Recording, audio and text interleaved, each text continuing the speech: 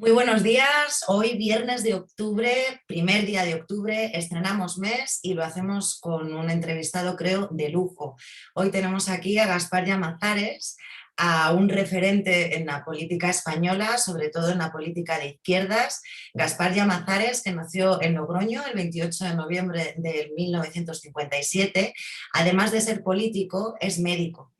Estuvo como diputado en la Junta General del Principado de Asturias entre junio del año 2015 y enero de 2019.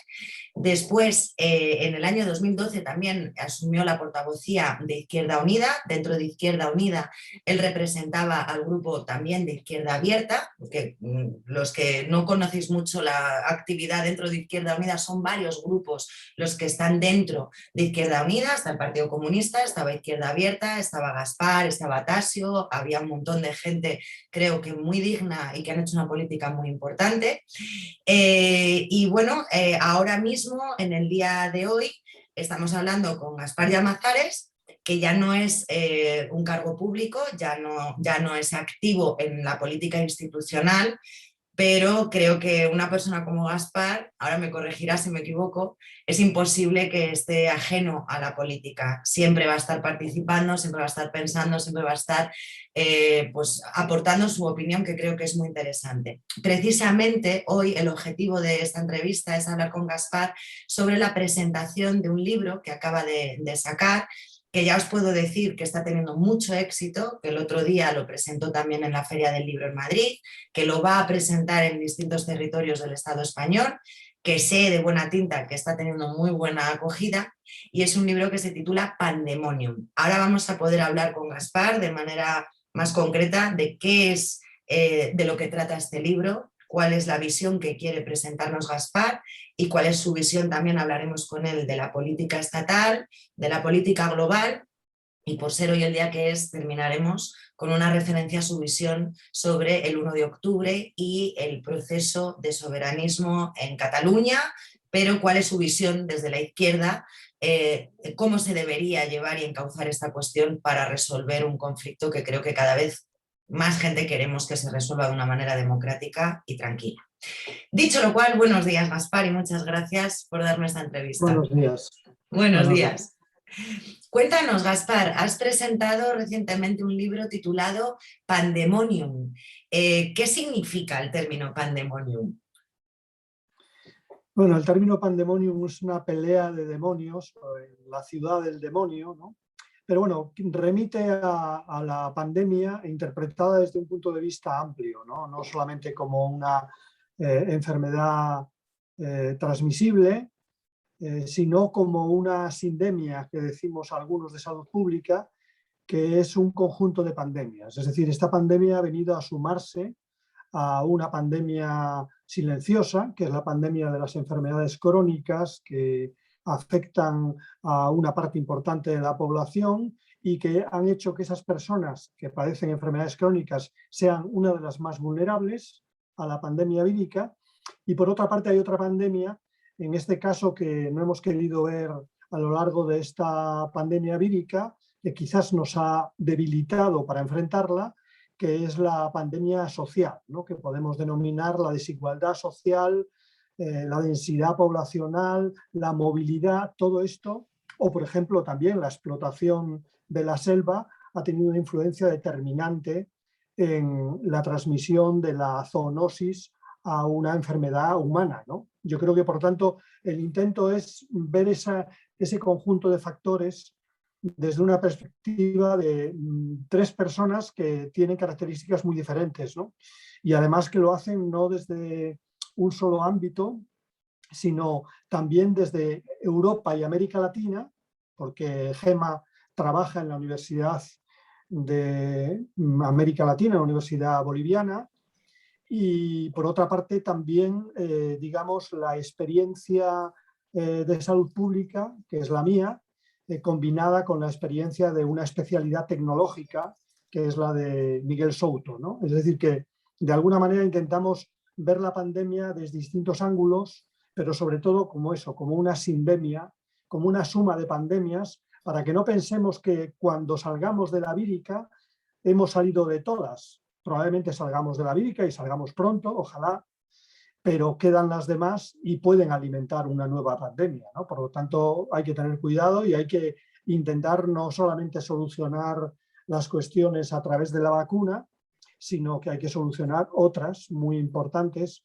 que no basta, para las que no basta únicamente, llamémosle eso que se ha dado en llamar los expertos en la última época, ¿no? Sino que hace necesaria la política, ¿no? Porque a mí me ha llamado mucho la atención durante la pandemia, pues este maniqueo que se ha producido, muy frecuente, entre, llamémosle, expertos y políticos, ¿no? No nos hacen caso, o eso por parte de los expertos o por parte de los políticos. Bueno, pues nosotros tenemos también que obedecer a la recuperación económica, no solamente a los efectos de la pandemia. Eso remite a otra contradicción o otro maniqueo entre la salud pública y la economía, o la salud pública y la recuperación económica. Es decir, hemos ido de maniqueo en maniqueo durante toda la pandemia, de simplificación en simplificación, y digamos la cúpula de esa simplificación es el populismo, ¿no? El populismo que simplifica los problemas que en nuestra sociedad cada vez son más complejos y cada vez tienen más dificultad de respuesta, ¿no? Y yo creo que en la sociedad de la incertidumbre hay que reconocer las dificultades de la respuesta y la insuficiencia de la respuesta, ¿no? No habrá una respuesta en ese sentido, mascarilla sí, mascarilla no, distancia sí, distancia no, transmisión a través de gotitas de saliva o a través del aire. Yo creo que nos hemos enredado realmente a lo largo de la pandemia en maniqueos que no nos han permitido trabajar bien y compartir Gaspar, experiencias. en el primer momento de la pandemia, te pregunto como sanitario, como médico. Yo recuerdo algo que, en mi opinión, a mí me sorprendió y quiero saber tu punto de vista. Las primeras personas que vimos aparecer para dar rueda de prensa, para informarnos sobre lo que estaba sucediendo, era un mando militar y el mando de, si no me equivoco y no recuerdo mal, de la Guardia Civil. Vimos a personas uniformadas de las fuerzas y cuerpos de seguridad. No pasó solo en España, pasó en otros lugares. ¿Cuál es tu valoración sobre esto? Porque entendemos que una pandemia tiene carácter sanitario y, como tú señalas, yo lo que esperaría como ciudadana es ver a expertos en medicina o en virología o incluso veterinarios, porque se trataba de una zoonosis. Lo que no me termina de encajar es qué pintaban en este cuadro, en esta foto, de entrada, luego los quitaron, pero de entrada vimos a mandos militares dando las ruedas de prensa. Hay quien considera que podríamos estar viviendo una posible guerra bacteriológica. ¿Tú qué veracidad le das a esto o qué credibilidad? No, yo creo que está bastante acreditado que el origen de la pandemia no son unos laboratorios oscuros, sino que es nuestra propia dinámica social, ¿no? La pandemia anterior más grave que tuvimos, que fue la pandemia de la gripe española, mal llamada gripe española, porque no se inició en España, se inició en Kansas, en Estados Unidos, ¿no? Y formó parte de una de las principales causas de muerte de la movilización de la Primera Guerra Mundial, y 1918, final de la Primera Guerra Mundial, y luego prácticamente transmitió sus problemas a la próxima pandemia. Pues ya entonces el problema no era únicamente un problema, llamémosle vírico o zoonótico, sino también era un problema con una honda repercusión social, ¿no? En este caso, nosotros somos 4 veces más población que entonces, nuestra movilidad se ha multiplicado por mucho más, ¿no? Nuestra densidad poblacional, sobre todo en determinadas ciudades, es enorme, y yo creo que ahí es donde están las causas de la pandemia que vivimos y de la complejidad de dar respuesta a una pandemia en una sociedad como la nuestra. Yo creo que el principal error de la pandemia, ahora comento lo de los militares, el principal error de la pandemia para los países occidentales, para los países desarrollados, ha sido lo que podríamos llamar la prepotencia técnica o tecnológica, ¿no? Nosotros hemos pensado, también nosotros los técnicos de salud pública, que a nosotros ya eso no nos iba a pasar, ¿no? Que estas pandemias víricas probablemente se quedarán acotadas a los países del tercer mundo, ¿no? Y que nosotros no íbamos a tener esos problemas. Nosotros, si acaso, tendríamos pandemias silenciosas, como es la pandemia de enfermedades crónicas, de hipertensión, de diabetes, pero no tendríamos una pandemia fulgurante, catastrófica como la que como la que estamos viviendo, porque en realidad nosotros estamos al final y otros todavía están en medio de la pandemia, ¿no? Yo creo que esa prepotencia técnica se vio afrentada por la pandemia, se vio como violada por la pandemia. Y la forma de responder fue una respuesta, digamos, con ribetes de autoridad, ¿no? Esa autoridad, ¿cómo se expresa? Bueno, pues se expresa por una parte con la autoridad de la ciencia. Yo quiero recordar al principio de la pandemia, esto no es cosa de políticos, esto es cosa de expertos. Cada vez que se decía que había que tomar una medida, era una medida de expertos, no una medida política. Yo creo que la política, consciente de su debilidad, se refugió detrás de los expertos y de la misma manera se refugió inicialmente detrás de los militares con el discurso, no con el discurso de una pandemia que es desconocido para nosotros, pero es mucho más fácil hacer el discurso de la guerra para, digamos, de alguna manera unir al conjunto de la población y que el conjunto de la población acepte medidas que tienen más que ver con órdenes militares que realmente con otra cosa, ¿no? Y yo creo que es ahí donde estuvo la cuestión. Incluso yo creo que en la primera ola una reacción también, llamémosla centralizadora, ¿no?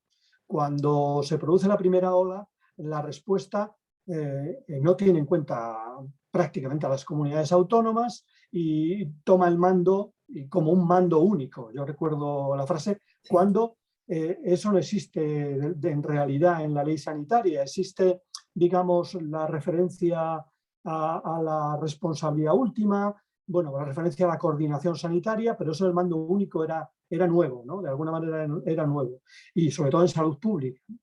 Y se tomó esa decisión, yo creo que por atavismos, es decir, ¿cómo reaccionas ante algo que te supera? Con reacciones instintivas, ¿no? Y las primeras reacciones instintivas fueron esa reacción de la autoridad en la que me refugio, y cierta, digamos, reacción de atavismo, ¿no? O reacción, digamos, del pasado, ¿no?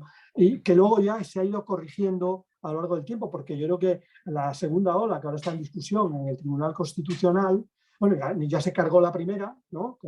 Con la noción del estado de excepción frente al estado de alarma, y probablemente se cargue la segunda porque no acepte, digamos, el reparto territorial de la gestión de una alarma, como el planteamiento es que no era una alarma, que era una excepción. El estado de excepción solamente lo puede declarar el Congreso de los Diputados. Luego, ergo, los presidentes de las comunidades autónomas, los consejeros de sanidad, tienen poco que decir en la materia, y probablemente nos encontremos ante una nueva rectificación por parte del Tribunal Constitucional, no obedeciendo realmente a sus finalidades, ¿no? En vez de un Tribunal Constitucional que haga de Tribunal de Garantías Constitucionales y que adapte la Constitución a la realidad, nos encontramos con una exégesis dogmática del texto constitucional, ¿no?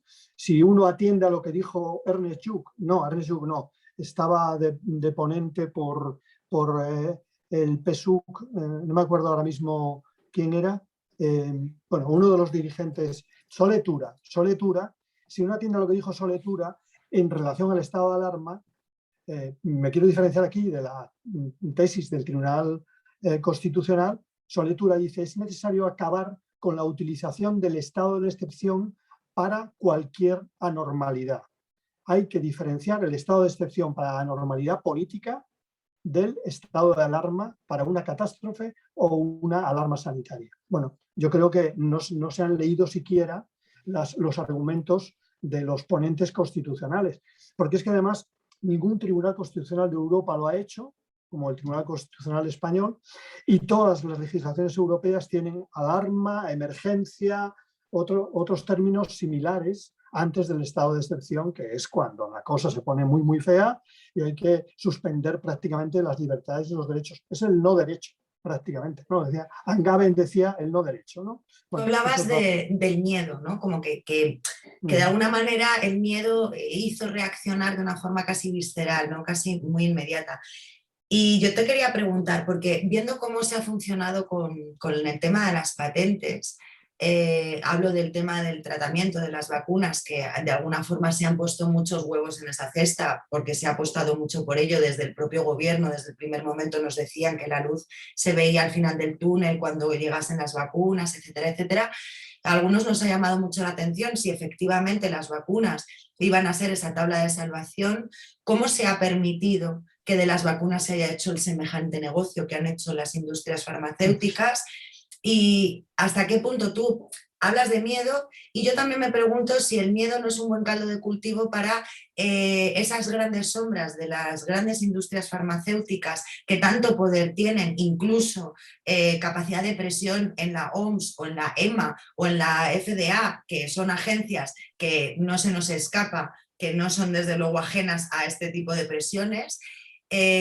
¿Cuál es el papel que tú crees que han jugado a nivel institucional las decisiones que se han tomado pensando en el bienestar y en la seguridad de la ciudadanía, y por otro lado pensando en los pingües beneficios que se han llevado algunos de dinero público pasando por caja por el proceso de urgencia? Bueno, yo creo que las vacunas normalmente no han sido un negocio, no ha sido un buen negocio. Si hay una preocupación en la Organización Mundial de la Salud y en los técnicos de salud pública, es la preocupación por la escasa investigación que había en materia de vacunas, porque no eran rentables para las compañías farmacéuticas. Es decir, solamente una gran pandemia es rentable para las compañías farmacéuticas en materia de vacunas, porque normalmente las vacunas o los antibióticos son tratamientos muy cortos. Sin embargo, las compañías farmacéuticas necesitan enganchar a un tratamiento largo a una buena parte de la población. Es decir, ganas más con un tratamiento de diabetes que con unas vacunas que solamente afectan, por ejemplo, a una parte de la población, en el ébola o a la erradicación de la polio, etc. No habían sido hasta ahora, de hecho, las compañías, digamos, las de ARN, por ejemplo, no son muy conocidas y se dedicaban a otra investigación, la del cáncer fundamentalmente, ¿no? Que en ese sentido, digamos que podíamos haber hecho algo más o mucho más, porque en el diseño de la estrategia de vacunas no nos enfrentábamos en el primer momento a las grandes multinacionales de la farmacia, ¿no? Luego, dentro de las vacunas se están incorporando fondos de inversión, vamos, prácticamente todos los fondos de inversión importantes están ahí, pero inicialmente teníamos más posibilidades. De hecho, antes de la pandemia, la Organización Mundial de la Salud se planteó crear fórmulas de colaboración pública para la investigación y el desarrollo de vacunas, porque veían que no llegaba únicamente el interés privado. En ese sentido, la Organización Mundial de la Salud se ha quedado corta con el programa COVAX, ¿no? Es decir, respetemos la propiedad intelectual y repartamos los excedentes de las vacunas. Y además hagamos una combinación de países ricos y países pobres para que los países ricos garanticen las vacunas en los países pobres. Finalmente, no ha funcionado ni siquiera lo comprometido. Ahora estamos en una quinta parte de lo comprometido y deberíamos llegar a final de año con una media a nivel mundial del 30%, 40% de vacunación, y no vamos a estar a nivel mundial ni en el 20%, y en África no llegaremos al 10%, ¿no? Entonces ahí digamos que ha fracasado esa política de la vacuna como bien humano, universal, frente a los intereses de las compañías farmacéuticas, y las compañías farmacéuticas se han forrado. Realmente las compañías farmacéuticas, digamos, durante me parece que es el primer semestre de este año, han ganado aproximadamente 30.000 millones de dólares,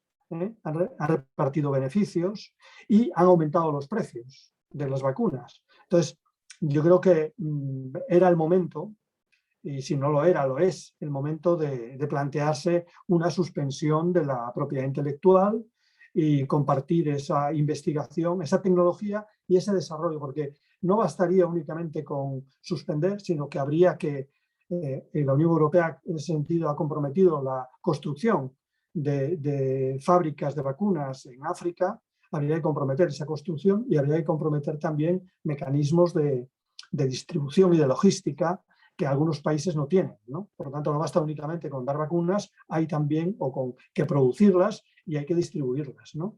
Pero yo creo que ahí había la oportunidad, porque no interesa mucho, ya vuelvo a repetir, la investigación de vacunas o de antibioterapia a las compañías farmacéuticas, porque es una investigación poco rentable. De hecho, la última fase se la llama fase de la muerte en la investigación de las vacunas y de los antibióticos, porque prácticamente se queda todo el mundo en la investigación cuando empieza a tener que invertir en los ensayos clínicos, ¿no? Entonces, yo creo que ahí en el futuro habrá que aprender que la Organización Mundial de la Salud y los países miembros tienen mucho que decir en cuanto a la inversión en vacunas. De hecho, la mayor parte de la investigación básica la han hecho universidades y el ejército. Es decir, lo ha hecho lo público. Lo grave es que lo público haga la inversión básica, la inversión más importante, y luego la rentabilidad se la quede el sector privado. Señalabas también, y me parece muy interesante, y el libro creo que también apunta, porque se analiza la función de los poderes públicos, de las instituciones, la toma de decisiones de los gobiernos, cómo se han tomado medidas en algunos casos que van a poner en una delicada situación los principios democráticos, las libertades civiles. Veremos a ver qué es lo que ha llegado para quedarse, qué medidas se ha aprovechado este contexto de pandemia, de miedo y de tragar con todo para que por detrás se implanten o se implementen determinadas cuestiones. Pero también te quería preguntar, Gaspar, por el papel que han jugado, que están jugando los medios y los canales de información. Tengo la sensación, trabajo en ello, que no solamente en esto de la pandemia, creo que la pandemia ha destapado muchas cosas, ha dejado en evidencia muchas carencias, pero que ya veníamos arrastrando de antes. El papel de los medios de comunicación en la información directa al ciudadano como uno de los derechos fundamentales que garantiza la Constitución, el que el ciudadano pueda acceder a información contrastada y veraz, ahora en la pandemia es un hecho que puede llegar a salvar vidas, y yo personalmente tengo la sensación que como ciudadana me falta poder acceder a información, o que me dejen muy claro qué es la información en la que puedo confiar y cuál es la información en la que no puedo confiar. ¿Cuál es tu punto de vista sobre el papel de los medios? Bueno, en relación, por ejemplo, a ese miedo que hubo inicialmente a que el papel de los ejecutivos y las medidas de excepción pudieran marcar una senda de totalitarismo, yo creo que si algo se ha despejado es eso, ¿no? Yo creo que muy al contrario, lo que ha demostrado esa eminencia o preeminencia de los ejecutivos y de las decisiones, llamémosle de excepción, es la debilidad del control democrático.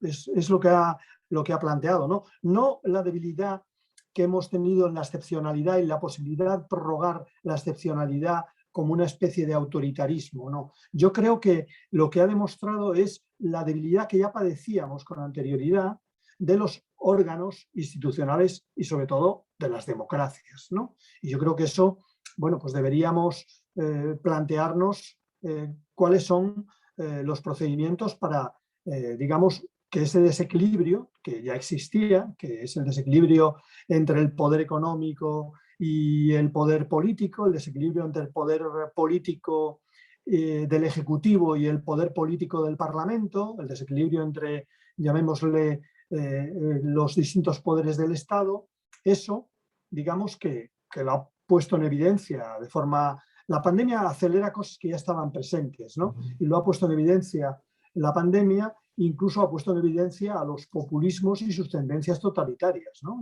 Lo hemos visto en los Estados Unidos, cómo se pasa de negar la pandemia, bueno, pues a hacer militancia contra las vacunas, y hoy por hoy, por ejemplo,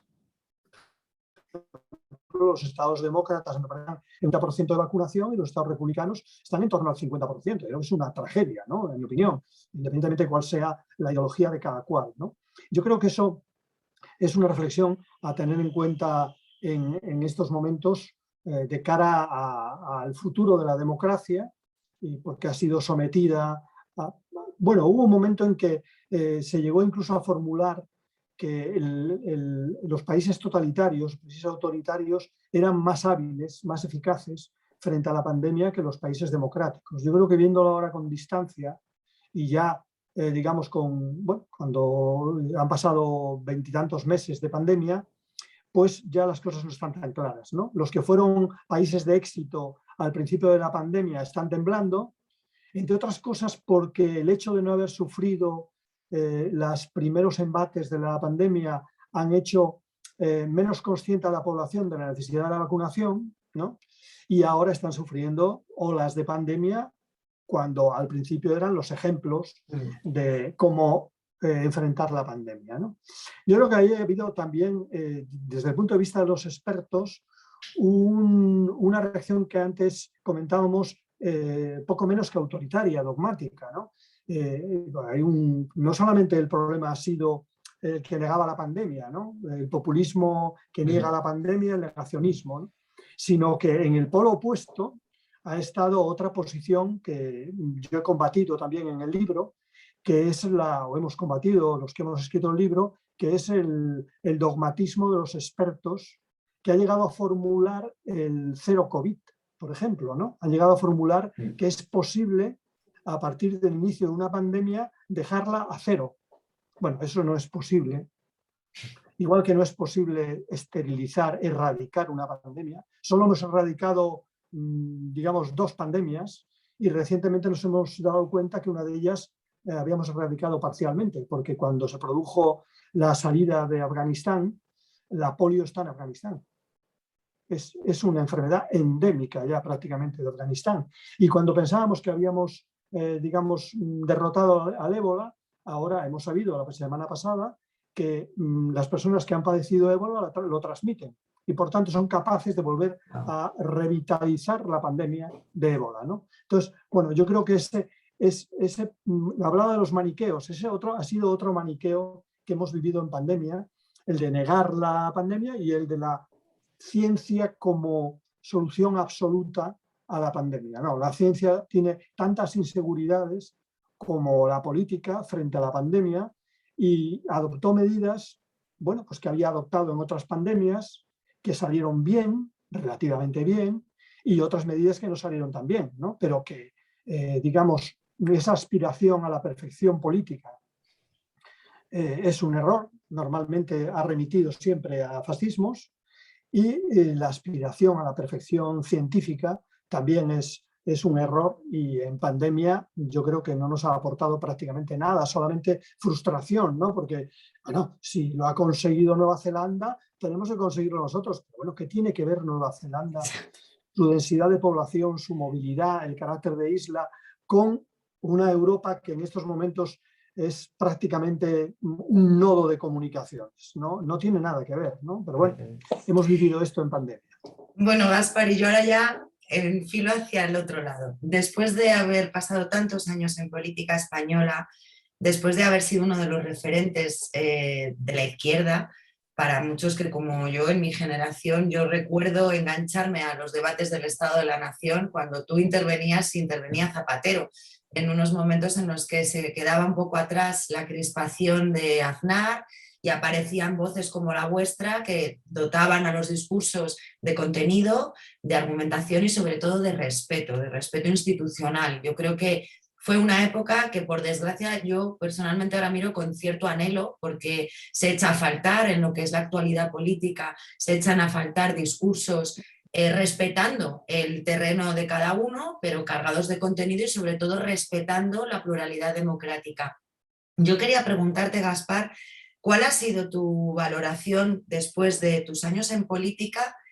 Y desde tu experiencia, ¿cuál es tu diagnóstico ahora mismo a lo que estamos viviendo, al panorama actual en la política española? Bueno, ahí hay, digamos, una explicación filosófica, ¿no?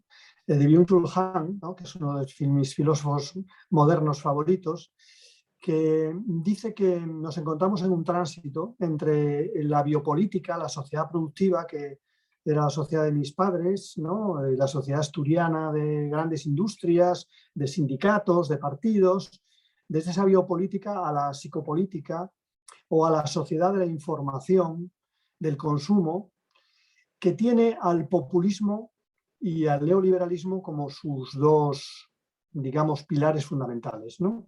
El neoliberalismo en lo económico, sálvese quien pueda, y el populismo en lo político, la simplificación del mensaje y la oposición al adversario como enemigo.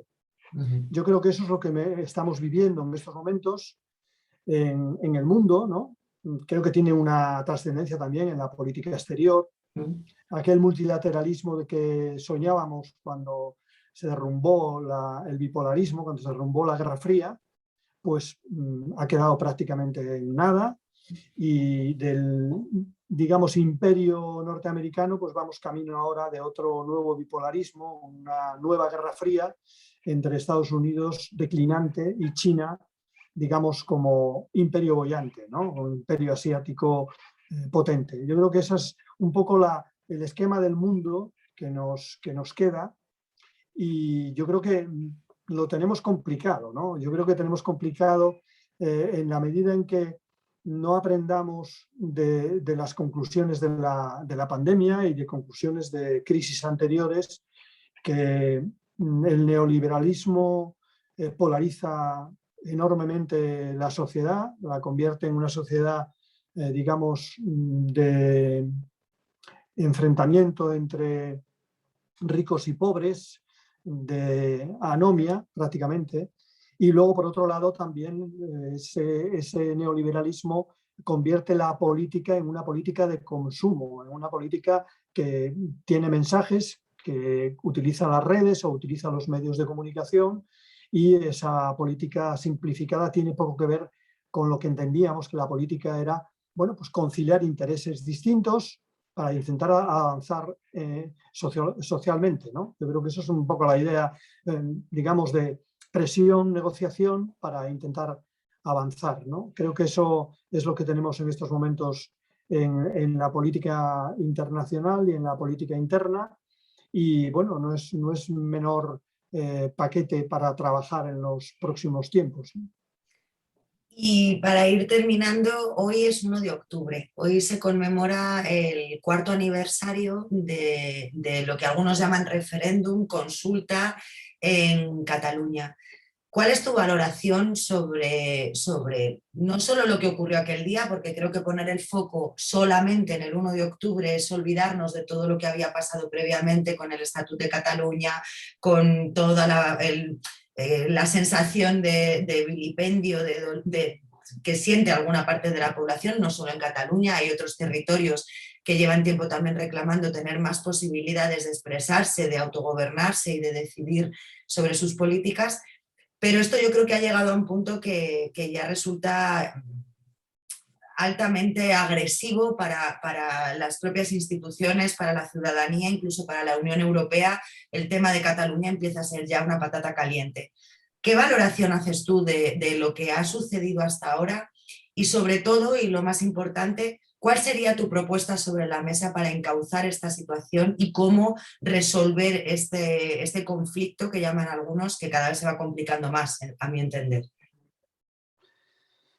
Bueno, yo creo que es la historia de una huida hacia adelante ante una situación, llamémosle, de bloqueo, y una respuesta por parte del Estado en la tradición trágica española, ¿no? Yo siempre recuerdo el referéndum de la Padania, no para minusvalorar la importancia del referéndum, sino para, digamos, establecer las diferencias entre la ópera italiana y la tragedia española, ¿no? Cómo responden los italianos a un hecho que era un hecho ilegal, evidentemente era ilegal, que era el intento de secesión de la parte más rica de Italia, ¿no? Y bueno, el Estado italiano respondió, pues por una parte, no reconociendo ese hecho, no reconociéndolo constitucionalmente. Era evidente que no formaba parte de ninguna evolución ni de ninguna legalidad constitucional, pero no dramatizando y ni convirtiéndolo en un problema, por una parte, de orden público y por otra parte en un problema penal, ¿no? Yo creo que ahí ha estado la diferencia con la respuesta que se ha dado al proceso en Cataluña. Yo creo que el proceso estaba delimitado por parte del Tribunal Constitucional como una huida hacia adelante, que no tenía trascendencia legal, pero sí tenía un origen político, ¿no? Y había que dar respuesta a ese origen político, ¿no? Y yo creo que en vez de dar respuesta al origen político, nos encontramos en el periodo de gobierno fundamentalmente de Rajoy con el bloqueo político y con la respuesta policial y penal. Yo creo que eso, digamos, ha enconado una situación que se podía haber encauzado de otra manera, se podía haber encauzado perfectamente a través de lo que nosotros defendemos como un Estado federal. Probablemente los nacionalistas no coincidan por su carácter, bueno, por la impresión que ellos tienen de que siempre un Estado federal tiene un carácter lineal y no respeta las diferencias. Yo creo que el federalismo español no tiene por qué ser igual que el federalismo alemán, no tiene por qué serlo, y podría perfectamente permitir y recrear la pluralidad existente, tanto lingüística, cultural y de todo tipo dentro de España, ¿no? Yo creo que es la historia de un error. Es la historia de un error y, bueno, tiene antecedentes, que fue el Estatut de Autonomía de Cataluña, pero yo tampoco quiero verlo de manera unilateral, porque yo estuve en la reforma del Estatut y en la ponencia del Estatut, bueno, digamos en el estatuto paccionado entre la Comisión del Parlamento de Cataluña y la Comisión del Parlamento Español, ¿no? Y ya había allí cosas que no me gustaron, ¿no? Cosas que no me gustaron, por ejemplo, el desenganche de Esquerra en la fase final de negociación, cuando Zapatero tomó junto con Mas la decisión de modificar el estatut, que luego se aprobó y luego se sometió a referéndum y se envió al Tribunal Constitucional. Yo creo que ya había un mal rollo. Yo creo que había una falta de... Que no tiene mucho sentido, porque no era una mala época para tener buen rollo, porque era una época en que, por ejemplo, yo compartía grupo parlamentario con Esquerra. No había ninguna razón para esa polarización, ¿no? Pero tenía que ver también con la polarización en la propia Cataluña. Es decir, no sé si el Tribunal Constitucional hubiera sido más Tribunal Constitucional y menos Tribunal Supremo si nos hubiera facilitado más las cosas, ¿no? No sé si nos las hubiera facilitado más, probablemente sí, probablemente una decisión interpretativa hubiera hecho más fácil, bueno, pues adaptar la Constitución en la medida en que no se reforma a realidades diferentes, ¿no? Y al proceso que va cambiando de un país. Yo a corto plazo no veo la reforma constitucional, vamos. No tiene pinta, ¿no? No lo veo, no hay voluntad, no hay no hay voluntad mimbres de continuar con el bloqueo y, por tanto, yo recuerdo una frase de Azaña que decía, cuando en la discusión del estatut con Ortega y Gasset, que decía: nos intentan buscar ustedes en el desfiladero. Hablaba del desfiladero en la reforma, en el Estatuto de Cataluña. Bueno, pues yo creo que la derecha no ha dejado de buscar a la izquierda en el desfiladero autonómico continuamente, en la España rota, y yo creo que ahí vamos a tener dificultades, y ahora está habiendo dificultades con la mesa de diálogo, ¿no? Yo creo que de nuevo vuelven otra vez al desfiladero. Es decir, ustedes, como al final tengo derecho de veto, pues a ver cómo hacen para llegar a concretar esos acuerdos mediante iniciativas legales, ¿no? Yo creo que esa es la cuestión que van a poner encima de la mesa y, por tanto, habrá que tener la inteligencia y la habilidad suficiente para sortear ese desfiladero. Bueno, pues Gaspar, con esto nos despedimos. Te agradezco muchísimo esta entrevista. Le recuerdo a quien nos esté viendo que esta entrevista tiene como tema central la presentación del libro Pandemonium, que firma Gaspar Llamazares Trigo junto a Miguel Souto Bayarri y Gemma González López. Os digo ya que si vais a la página, por ejemplo, de agapea.com a pedirlo, os va a tocar esperar porque no hay existencias, así aparece un cartel en rojo, se les ha agotado ya. ¿Veis? Os lo estaba diciendo al principio, que este libro es muy interesante porque hace un análisis, como bien nos ha explicado Gaspar, de la dimensión de esta pandemia en lo social, la sanidad pública, cómo se ha tratado al personal sanitario, cuál es la perspectiva en términos de democracia y qué lecciones podemos aprender de todo esto para prepararnos como ciudadanía y de alguna manera, si me lo permites, Gaspar, despertar como ciudadanía y no ser solamente consumidores, ¿no? Que es al final un poco lo que nos acaba convirtiendo el sistema. Ya somos súbditos, por gracia de los Borbones, pero además somos consumidores y debemos despertar a través del conocimiento gracias a libros como este para ser ciudadanos. Así que te agradezco tu tiempo y espero que este libro lo leamos y en un tiempo podamos volver a hablar sobre ello, Gaspar. Gracias a vosotros. Haremos una nueva edición. Fenomenal. Muchas gracias, Gaspar. De acuerdo. Hasta luego.